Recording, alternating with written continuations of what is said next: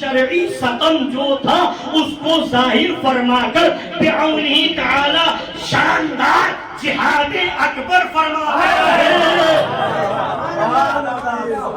شاندار جہاد اکبر فرماتے رہے، اور اسی مسلک صحیح پر وصال فرمانے تک قائم رہے۔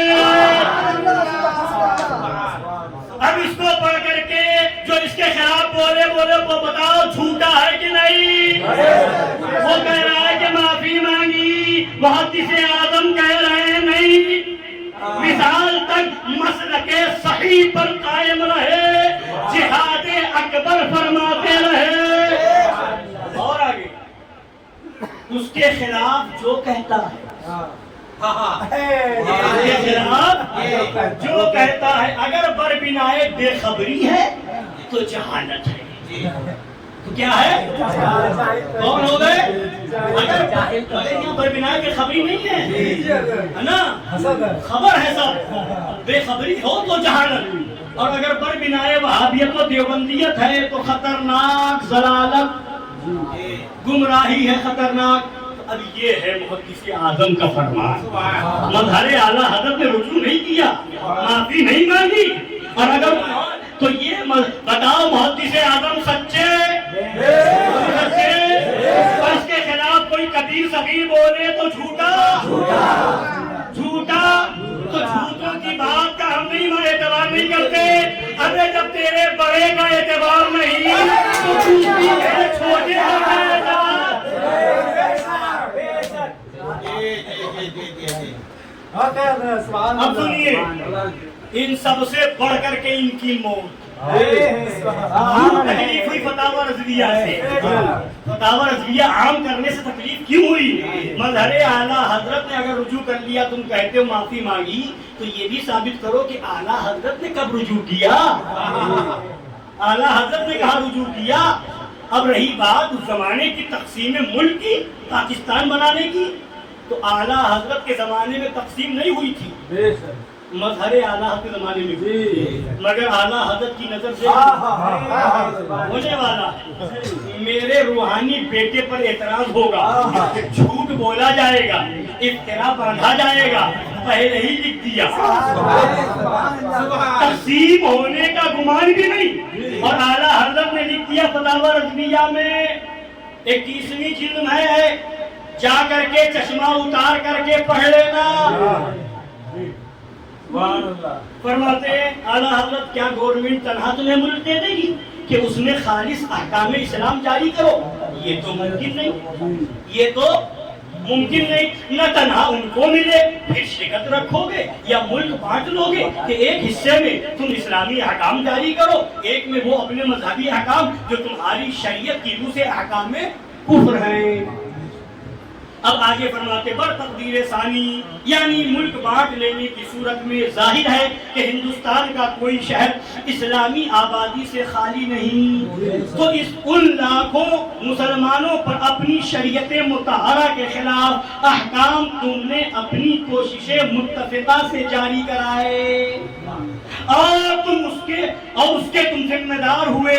من لم يحكم بما انزل الله فاولئك هم الكافرون هم الظالمون وهم الفاسقون، یعنی جو اللہ کے اتارے پر حکم نہ کرے وہی لوگ کافر ہیں، ظالم ہیں اور فاسق ہیں کہ تمغے پائے۔ اعلیٰ حضرت فرما رہے ہیں جو ملک بانٹے گا، تقسیم کرے گا، ہم الکافرون ہم الظالمون ہم الفاسقون، کافر ظالم فاسق کا تمغہ پائے گا۔ اب یہ بتا دیا اعلیٰ حضرت نے ملک کی تقسیم حرام، ملک ہندوستان کو بانٹنا حرام، یہ اعلیٰ حضرت۔ اب بتا کیا اعلیٰ حضرت نے بھی اس فتوے سے رجوع کیا تھا؟ نہیں، اگر اعلیٰ حضرت نے نہیں کیا ہے تو یہی مسلک حق ہے، اور یقیناً نہیں کیا، اور اسی پر مظہر اعلیٰ حضرت زندگی بھر قائم رہے۔ اسی کو تو قطب رائچون نے کہا، دین و سنت کے مجدد نے دیا جو کچھ بتا اس پہ ہی قائم رہا حشمت علی خان قادری۔ بڑے بڑے خاموش ہو گئے تھے، تو فرمایا اعلیٰ سرکار قطب رائچور نے حامیان حق جو تھے ساکت عن الحق ہو گئے، پر نہ تو خاموش ہوا، حشمت علی خان قادری۔ اور جب نہ خاموش ہوا رہبر کون ہوا، مقتدا کون ہوا، سہارا کون ہوا؟ اہل سنت کا سہارا ہند میں آگے لگا ہے ہمارا انڈیا۔ اور اگر لیگ سے اتنی محبت ہے تو ہندوستان چھوڑ پاکستان جا، جا وہاں فتنہ کر۔ ہندوستان کے سنیوں میں فتنہ کیوں کر رہا ہے؟ مگر سن، مظہر اعلیٰ حضرت کا بغض و حسد تجھے مار ڈالے گا۔ مظہر اعلیٰ حضرت کا چرچا کم نہیں ہوگا، ان کی شان کم نہیں ہوگی، ان کی عظمت کم نہیں ہوگی۔ ابھی ان کو کیا دیکھتا ہے؟ شہزادوں کو دیکھ۔ کوئی مثال کے بعد ماں کی آواز پہ آنکھ کھول دے، کوئی 11 مہینے سال بھر کے بعد قبر سے باہر، کوئی 6 مہینے کے بعد ہاتھ باہر کر دے، اور ان کی پوتی کا یہ عالم کہ 8 محرم کو ان کے مزار پاک پہ بھی جنبش ہو رہی ہے، کرامتوں کا سلسلہ لگا ہے، چل جا مر جا، مگر یہ عظمت کم نہیں ہوگی۔ کیوں؟ حسین اعظم کے ماننے میں، شہید کربلا کا دامن ہاتھ میں ہے، وہ زندہ، ان کا خاندان زندہ، ان کا نام لینے والے زندہ، ان کا چرچا کرنے والے زندہ، جتنے حسینی پکے ہیں سب زندہ، حسینیت زندہ، حسینی زندہ۔ لہذا جب تک کربلا والوں کا دامن ہاتھ میں رہے گا کوئی نیچا نہیں دکھا سکتا۔ مظہر اعلیٰ حضرت ایسے پیارے تھے کہ امام حسین نے اپنے ہی مہینے میں بلا لیا۔ 8 محرم کو وصال ہوا، شہید ملت اسلامیہ کا غم ہے سینے